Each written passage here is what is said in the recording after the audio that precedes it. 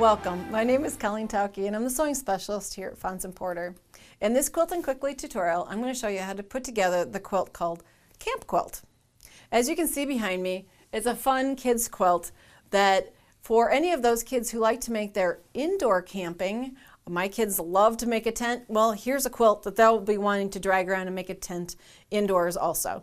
So we're going to be starting with 5-inch pre-cut squares for this quilt, and we're going to be pairing it up with a wonderful stripe that we can use as a border or a binding, and then we're going to be using a green print along with an orange and a chocolate brown print for spacing apart our pieced rows. For the pattern for this quilt or the magazine that it appears in, you can visit our website to purchase there. We are going to then be taking our 5-inch squares, and you can see that they are linked in long rows across the quilt. So you're going to want to break up those 5-inch squares and arrange them into rows of groups of 10, and then join them. I've got shorter rows here because we'd be off into the ironing surface, but I've arranged, I'll turn it around here so you can see it, arrange them so that the colors kind of alternate across. You've got some that are more solid, are darker fabrics, and you've got some of the stripes to dance in there. Some are semi-solids, and so you'll want to arrange those colors and the prints so that you don't stack maybe all of the orange blocks right above each other or down through the quilt. So the other thing to take into consideration is that this is a tad bit of a directional fabric. All of the trees are directional, so that the top appears in one direction. Same with the blocks that have the little retro campers. They're all directional. So you'll want to orient those so that you kind of have a top to your quilt and a bottom. Unless, of course, you don't mind having trees be upside down, but that's okay. If you're just having fun, that's fine too. But you want to join 10 blocks together. Make sure that you take time to actually press your seams in one direction. Make sure that your quilt ends up nice and neat and flat so that when you go to the quilting process that your seams all will lay down against your batting. So you're going to be creating 1, 2, 3, 4, 5 pieces like this that go across your quilt.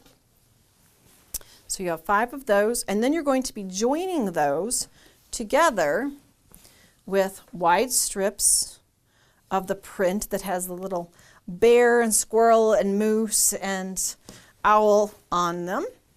And we'll just demonstrate here real quick. If you were to just take your strips and start sewing from one end to the other across, you may have some stretching happening. So when you are joining together these wide green pieces with your pieced row, you're going to want to line up each end and probably put a pin in there, and then lay it out flat so that you don't stretch one and not the other. So I am not always a big pinner, but in this case I would probably want to lay them at least matching both ends, and then making sure that maybe 2 or 3 pins across, because it's a long seam and things can shift, and you don't want to get to the other end and have half of an inch of one of the fabric and not the other to match up. So you're going to want to pin both ends, and probably 2 or 3 pins in the center to keep things nice and neat, and join those together to make the whole center of your quilt.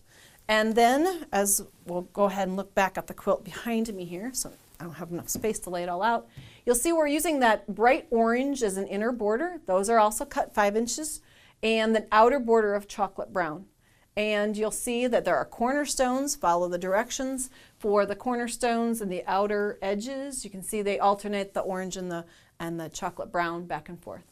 The fun part is you get to finish with a stripe fabric as your binding, and it looks as if the binding is cut on the bias, but this fabric is actually printed with diagonal. Here's the selvage. So it has a diagonal to it already, so you don't have to make bias binding. You can make straight of grain binding.